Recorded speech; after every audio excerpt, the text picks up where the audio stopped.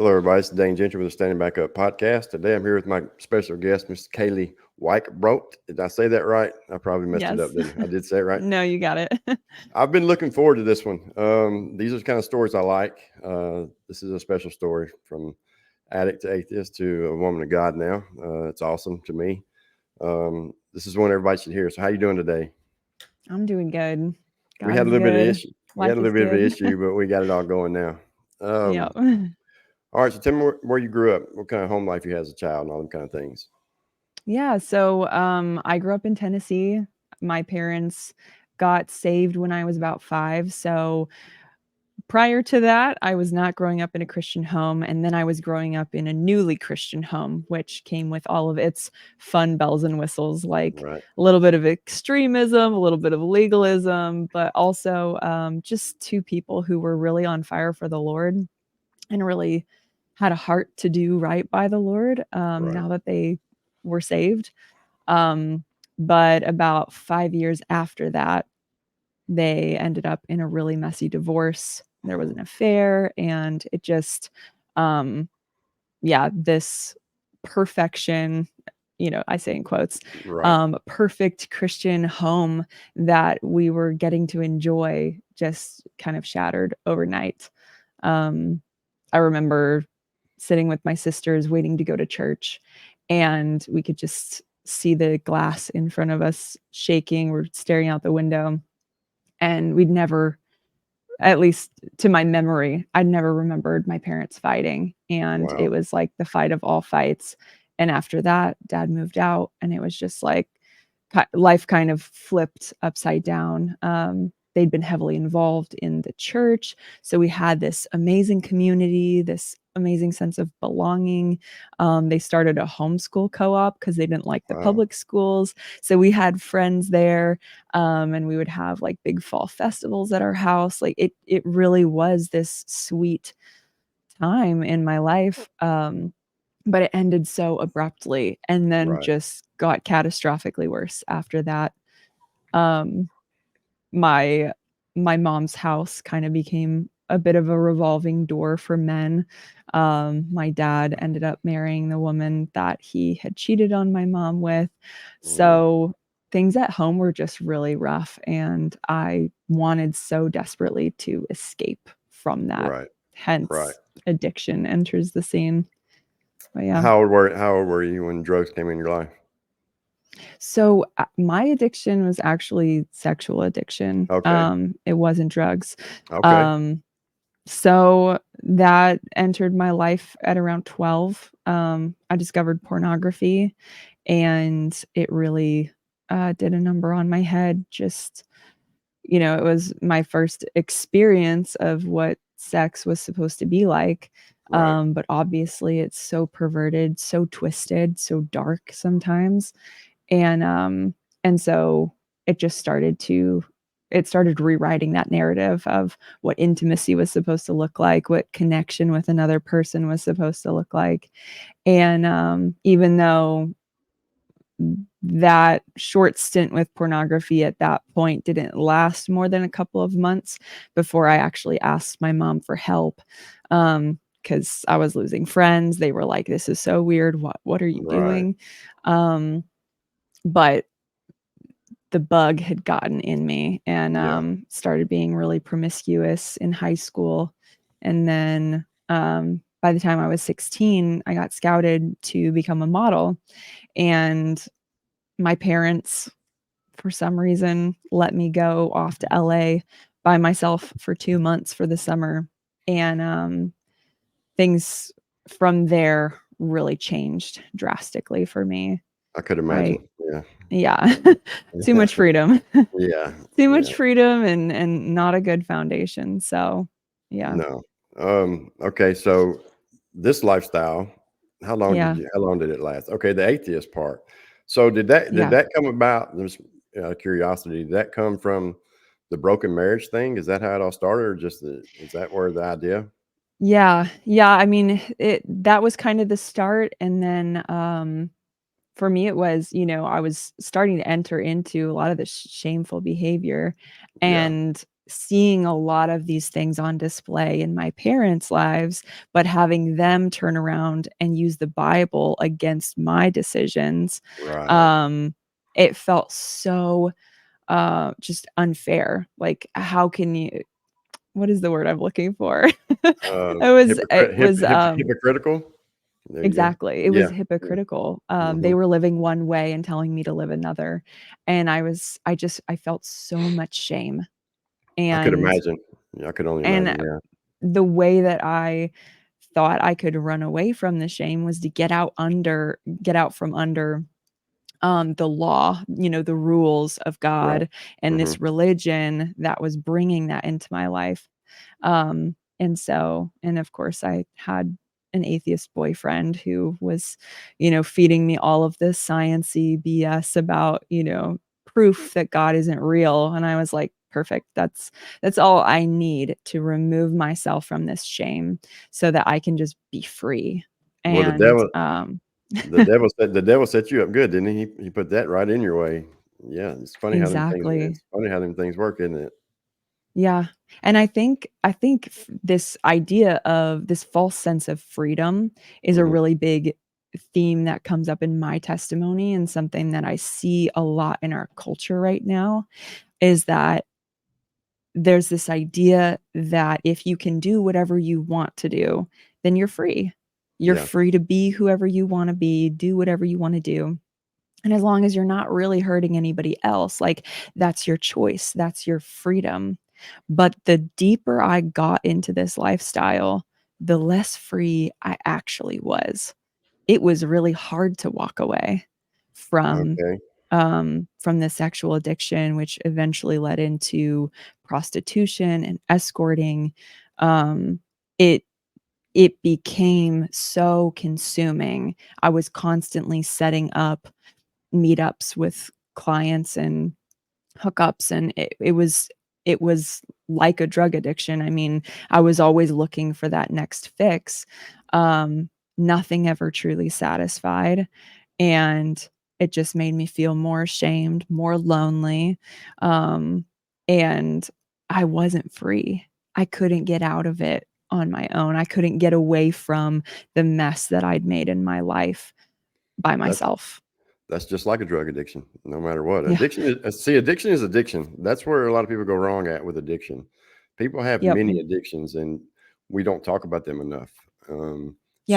Sorry I misunderstood. I thought you had a drug That's addiction. It's okay. okay. It's fine. It's addiction is addiction. I promise you.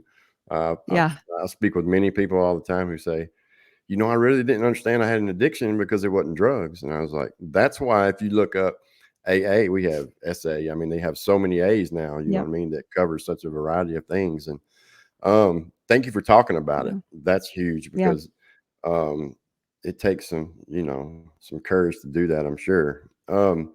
Yeah. I've heard other women say the same thing, and even women who didn't get into the lifestyle on their own, but once they were in it, they say the same Yeah. thing. They said it became such a pull on their life, and they were searching for that, I guess, love or whatever it is, and it was not finding it. So, Yeah. how long did all this last?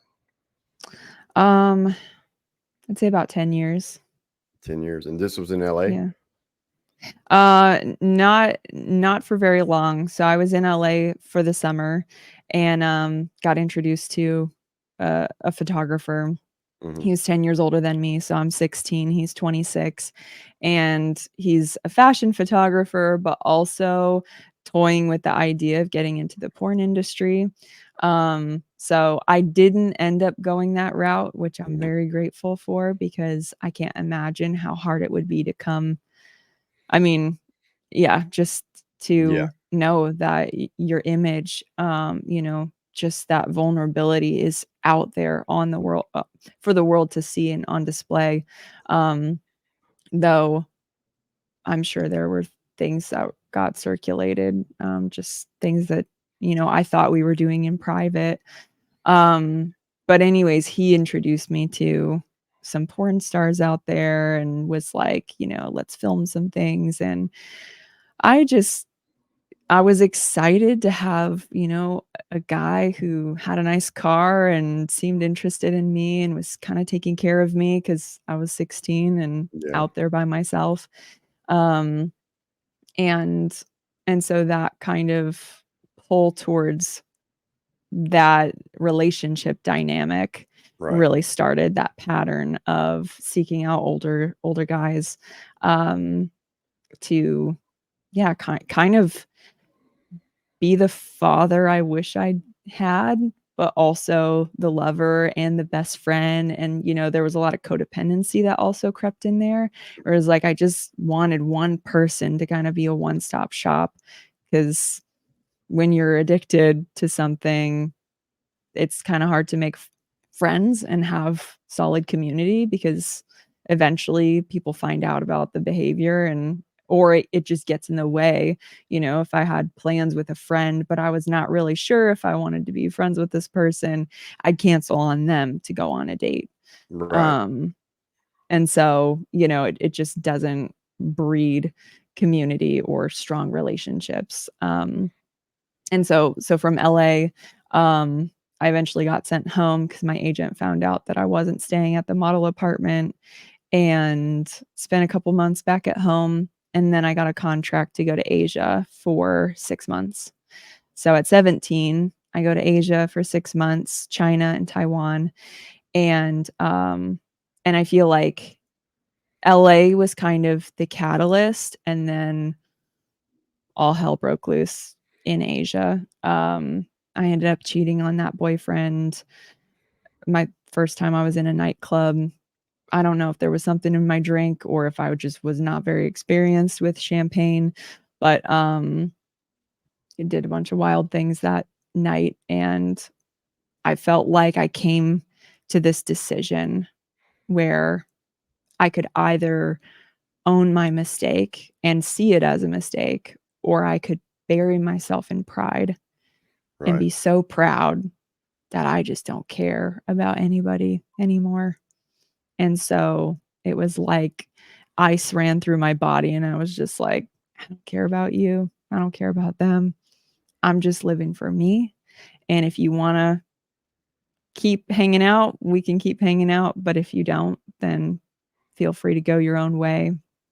And, yeah, that was like a major shift in my personality, in, just how I was operating in life, and from there, I was just so self-focused and so fixated on, um, getting my desires met, and Right. just, yeah, going from fix to fix. It's the same thing. I started drugs early too. 15 is when it really got bad, but I remember being the same way, because Yeah. back then, I'm older. I'm 48, fixing to be 49. So back when I started doing pills and stuff, everybody wasn't doing pills. This was before the OxyContin craze and all that. And so I Yeah. was kind of outside the norm as well. Like my friends smoked pot and stuff like that, but I got on pills and everybody's like, "What are you doing? What's the deal?" But it's Right, the same you're thing. taking this thing too far. Too Like, far there, buddy. casual drug Yeah, use is fine, but, like, what right. are you doing? Yeah, you've Yeah. got to have these pills now, and we're 15 years old. It's supposed Yeah. to be the times of our life, and same thing. And I push people away, and I did it for Yeah. a long, long time. So, how long did you stay in Asia or China? Tell me about 6 what was China like. I want to know what that was like. Was that like, Oh my goodness. was it It was awful? wild. Yeah, I really. mean, I I love the food over there. We don't know what Chinese food really tastes like. Yeah, right. What we have is a joke compared to Yeah, what they have over there. The food yeah. was amazing, but going over there to work, I mean, nobody spoke English, Mhm. barely, and I'm living in an apartment with a bunch of Russian models. They don't speak English either. Can't imagine what being on the job was like for them. Um, but, they're Google translating, "What do you wanna eat for lunch?" And that's, like, the human interaction that I'm getting during the day. Um, and just job after job after job, and I think I left with $1,200, so somehow all the money that I was making was just going to pay my apartment, the flights, and paying me out of the police station once. Okay. Not for getting in trouble necessarily, but you can't exactly go to China and work legally as a model. And my agent was like, it's totally fine. I've sent a bunch of girls over there. I went myself when I was young and modeling. So, it's safe. It's fine. Everybody does it. Well, while I was there, I was in my agency and the immigration police walks in and, Wow. they take 3 of us girls down to the police station. They're My agent told me to tell them that I was Russian, even though I wasn't. I didn't have my passport on me. They had to like go back to the model apartment to find my passport.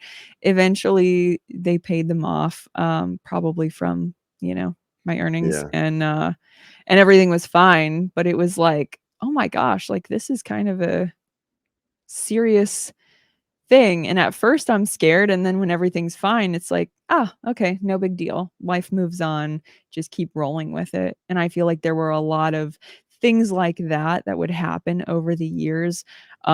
These like narrow escapes where later in Paris, I met a girl who actually went to prison in China. She got rounded up at a casting, it's like a job interview where a bunch of models go and take pictures for a client to see who they want to uh, hire. Right. But yeah, they rounded up like 40 girls and took them to prison. She was in prison for 3 weeks in China. And I mean, just the stories that she told, I was like, wow, that Yeah. Okay. that could have actually been me. Yeah. Um, and I think back to so many of those instances of like, oh my gosh, I could have been trafficked. Like, I was always in a position where I was pretty much in control of who I was going out Right. with, but I didn't know any of these people. I went out of the country with some of them on trips and stuff, and I mean, truly by God's grace, none of them were traffickers. Like, I'm blown away sometimes thinking about, how differently things could have ended up for me Without a if doubt. God's hand hadn't been over my life, and, yeah, it's just wild to think about. When you think back to that time, do you remember thinking about God? Do you remember thinking, maybe I'm making the wrong choices, or was it always just you just didn't care? I so I thought about God a lot, actually. I was a very angry atheist. I Okay. thought people I was very anti-God. And I think honestly, I was never truly an atheist that believed that there was no God, just that God was not good. Um, but I probably wouldn't have admitted that to anybody at the time.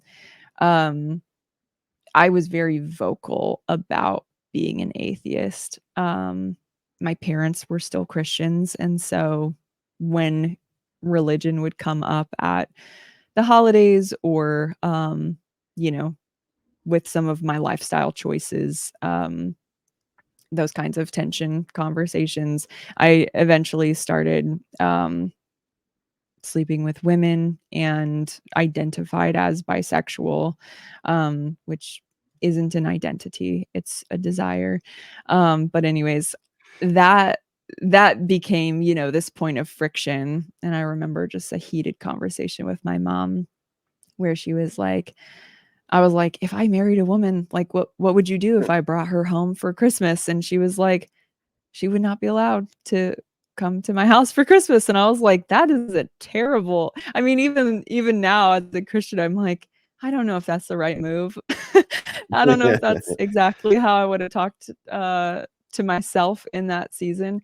But yeah, so God was always coming up. But I mean, I just thought that people who needed God were weak.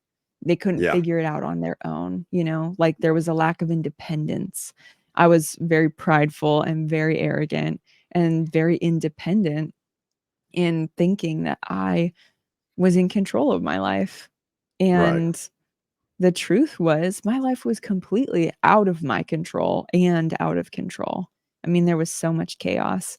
And, but I mean, to think that a fictitious God could tell me anything just seemed stupid to me at the time. Yeah, I can And only I imagine. believed that for a while. Yeah, I Yeah. didn't grow up in a Christian home at all. Yeah. I remember my grandmother had a Bible, but the only time I remember going to church as a kid was like Easter or something like that. We would go like to where my grandparents were from, but that was it.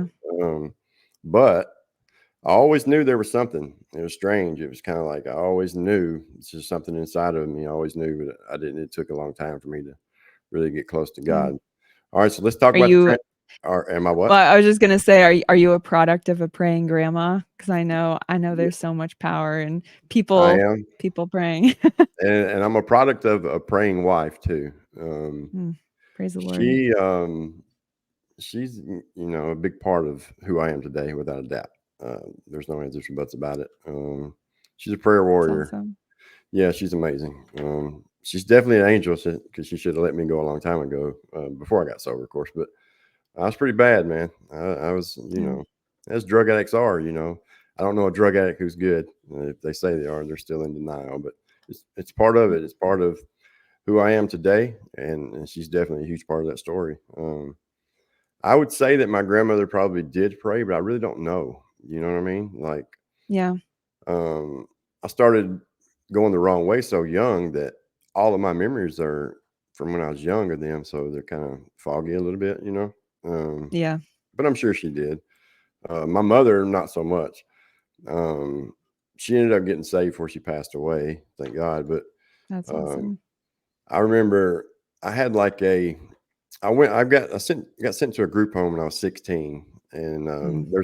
there was a pretty girl at church, so I wanted to go to church to meet the pretty girl, and so I started going to church and got all into the church and Bible thing, and I was talking to my mom about it, and she told me a few years later from that, she said, "I thought you were weird," and I was like, "Wow, you thought that was weird, huh? Talking about God."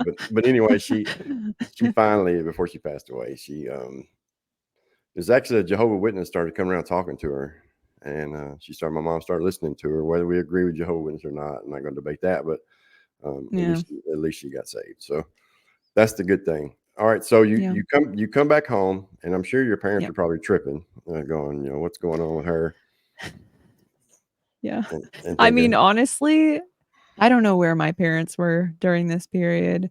They okay, were pretty checked out. okay, Um, they were just doing their own thing. I think there was a little bit of this kinda, like, tossing their hands up, just like, "I don't know what to do with her."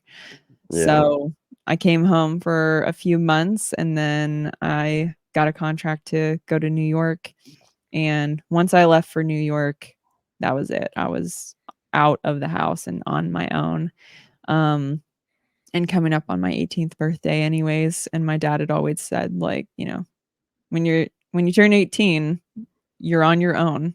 It's right, like, "Okay, I've already been on my own, so I guess this is it." And so, yeah, from there, I never came back home. I mean, I came home for holidays and stuff. I was actually pretty good about being home for the holidays, which is odd considering I didn't really care too much for my family. I just felt like it was where I was supposed to be, so I would come home for most Christmas or, Thanksgiving, sometimes both in a year, and, but yeah, they just didn't really know what to do or say, so I right, think they just kind of distanced themselves from the problem, and also, I think because it was a sexual addiction, they were not very aware of right, what I was doing.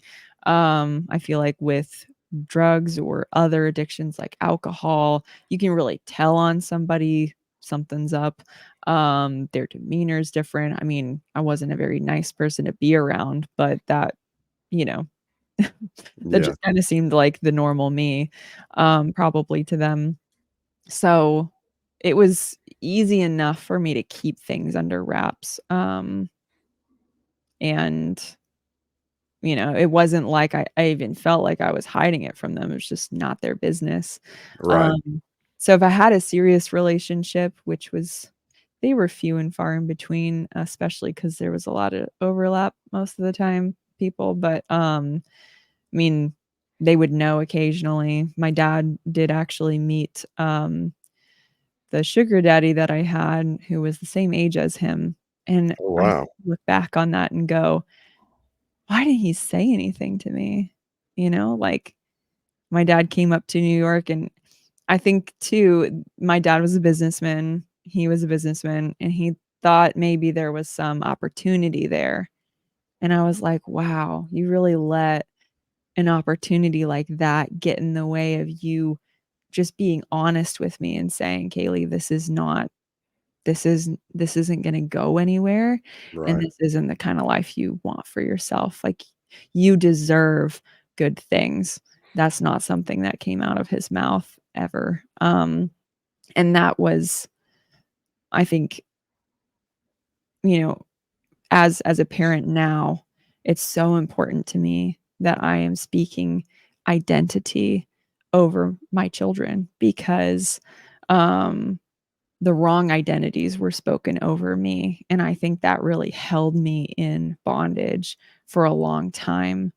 Um, my dad at 15, he caught me doing things I wasn't supposed to be doing and, um, just was so angry with me, and in our one conversation, he said, "You're a sex addict," and I wasn't at the time. I was just confused and a teenage girl dealing with hormones and also wanting love, and, but it was like as soon as he said that, it was like, "You bet.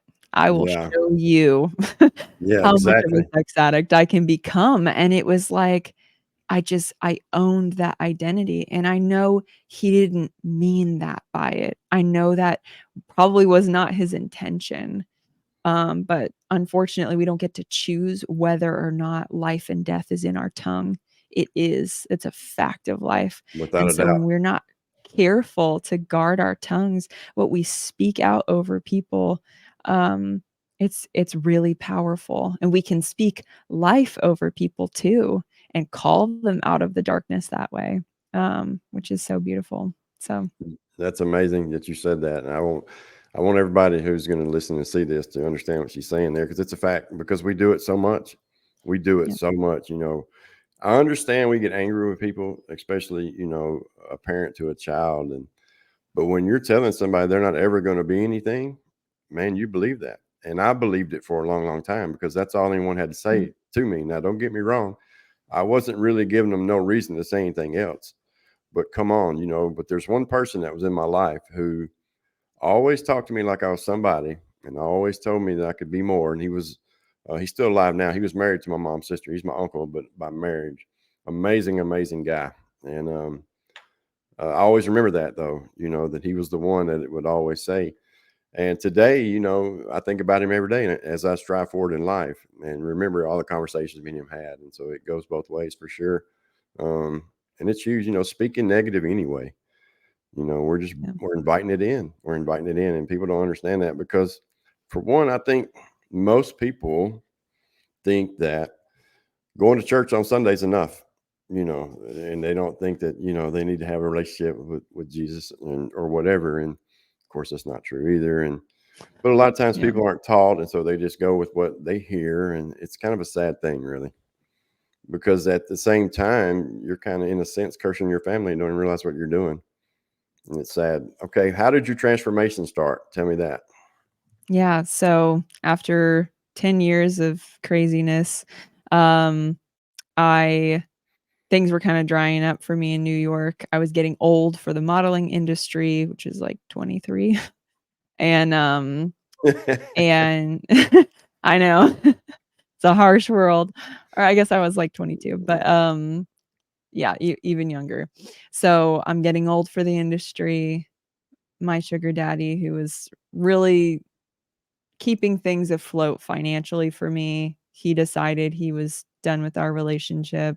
My best friend at the time, she was like, "I don't know what's wrong with you, Caleigh, but I can't be your friend anymore. Like, I'm done here. So life was just like sucking up. And I was like, okay, I maybe need to make some moves. And I'd been working on social media marketing, digital marketing on the side. Because I always knew modeling was not a forever thing. I needed to find my exit strategy. Right. And so I went home for Christmas, and my dad had a country club, and he was like, "Do you want to come work for me? You know, I need a marketing person. You've got skills. You know, we can work together. It'll be fun." And I was like, "There's no way I would leave New York. Like, why would I ever leave New York?" Well, 3 weeks later, I'm flying back to New York to pack up my apartment. A month later, I moved down to Florida, and I'm just like, "Okay, new chapter." So just get to kind of clean slate, leave everything and everybody behind, um, and start fresh. Well, a lot of old patterns and a lot of old things, don't really leave that quickly, but now I'm living in my dad's house initially, while I was, you know, getting a car and getting a house. And then once I got a house, I moved in 5 minutes down the road from him. So it's like, oh, it's a little bit harder to hide what I'm doing when my family's, like, right around me. My sisters were down there at the time, and, so I start trying to figure out, like, okay, I kinda wanna walk away from that, maybe get into a real relationship, but I don't really even know what that looks like at this point. I meet a guy who is kinda like a beach bum rascal, really sweet guy, but just, like, he's not really going anywhere in life, and I was like, "You know, if I've always gone after guys with money, maybe if I go after someone I can take care of, that'll be a better dynamic." No, Yeah. it wasn't, but by God's grace, his family had a church. He wasn't saved, at the time, and, but his family had a church, and so we started going to visit his family at this church, and they had a Celebrate Recovery program, and I love Celebrate Recovery because it's all addiction. I love it It's too. it's just, and it's truth. It's, you need something besides yourself to pull you out of this, and to know who you are and what you were created for, and, without being too Jesus-y all up at you know, up Mhm. front, um, it was amazing, and I just got to hear testimony after testimony of, um, people coming out of different things, and actually a lot of it was sexual addiction or just perversion or just, struggling to feel like they were enough and, like, looking to other things to fill that void, whatever it was. I was really grateful that it wasn't just SLA, so, like, Sex Right. and Love and Addicts Anonymous. I Mhm. went to that when I wasn't saved, and there's no Christian affiliation, uh, not that I know of, actually. It's not. Maybe there is, but it was, I when I went there, I was like, I'm sitting in a room full of people who've been coming to this for years. They all sound crazy. They all sound just as addicted. They're calling themselves addicts every meeting and owning that as an identity and speaking that over themselves. And I was just like, I don't think this really is working or works. So I didn't go for very long, but Celebrate Recovery was different. I could see people changing. I could see people healing, and I knew my heart was broken. You don't give yourself away that many times without ever actually hoping you're gonna get something in return, and you just never do.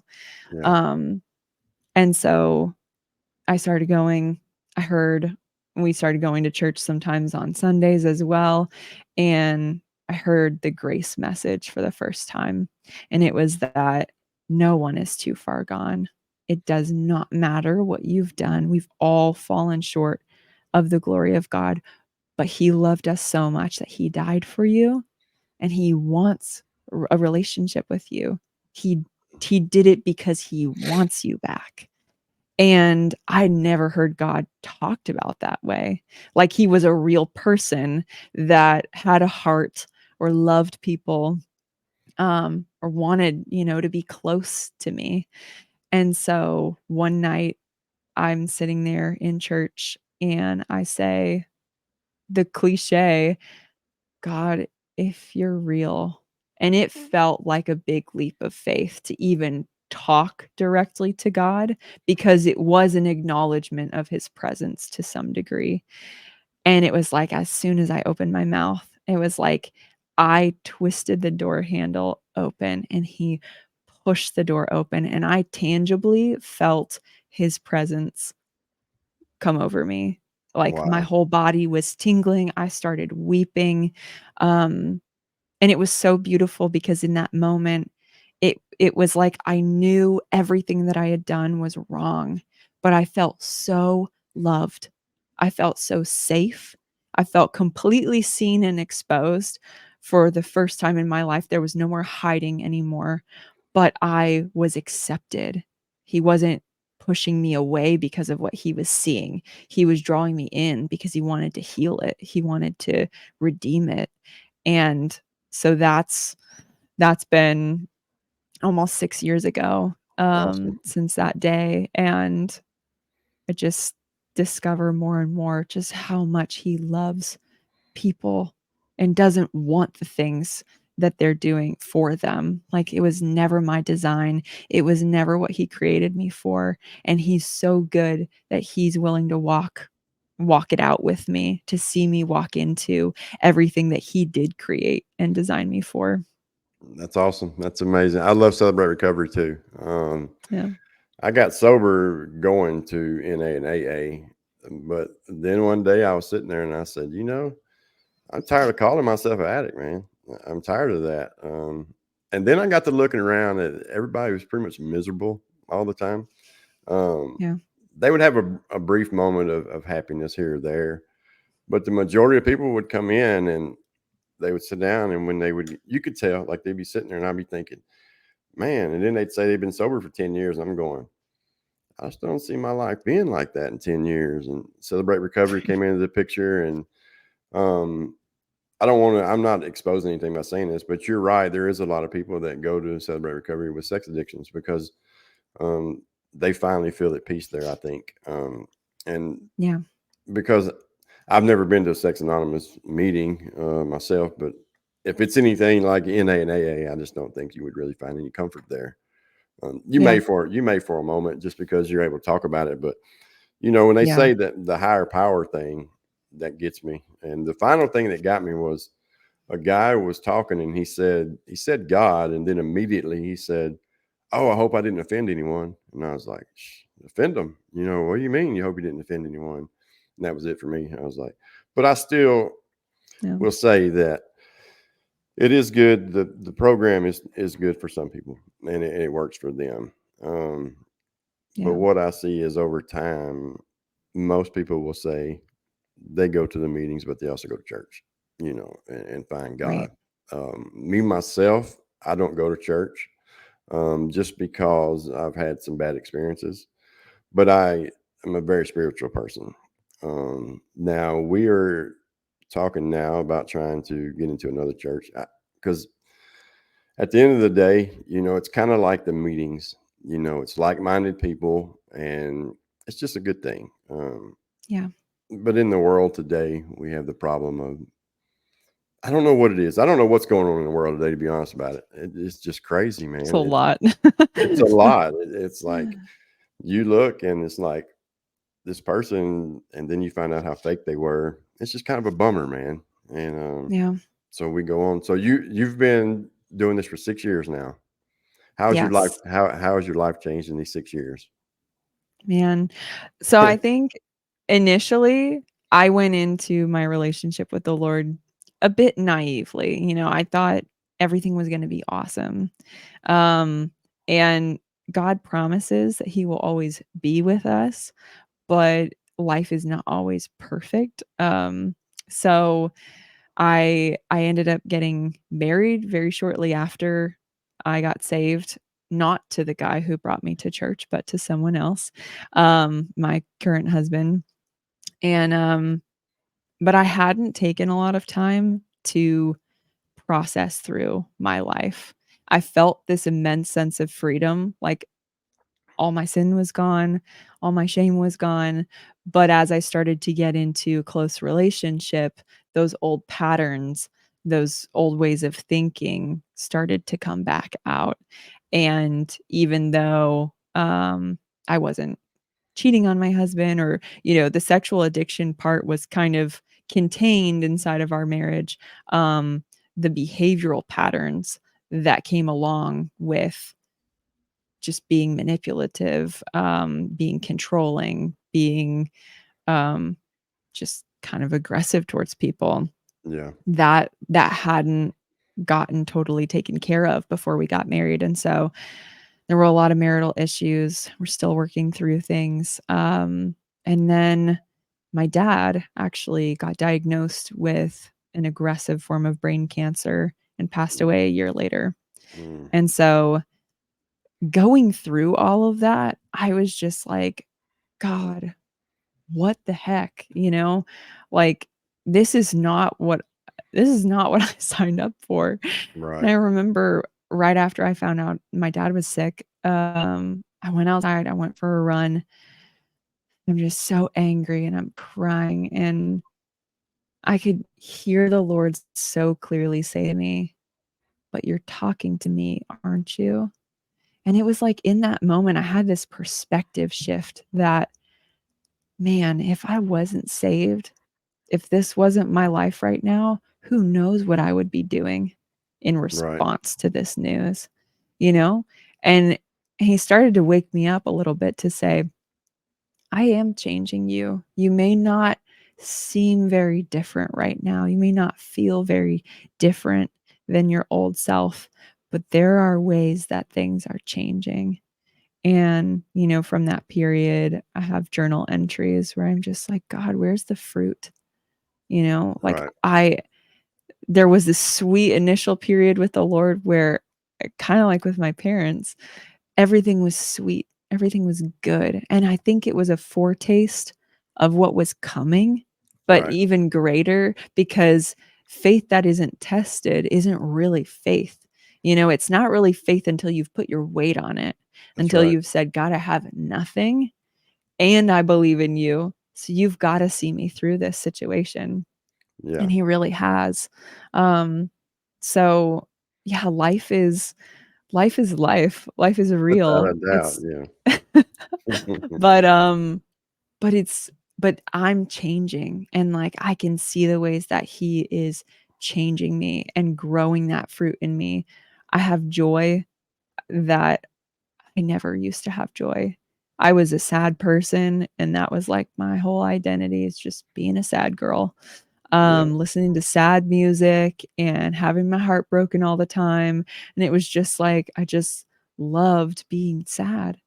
And now I'm like, I have joy. I can laugh when, the kind of annoying or bad things happen in life. Like this morning, we forgot to pay our water bill, and our water got shut off Oh for a couple no. hours. And it was just like, this would have flipped me out. I would have been yelling at my husband, just like he always, the always statements would have started coming out. And I'm just like, wow, God, you kept me peaceful. And like, I mean, realistically, like, this is not a big deal.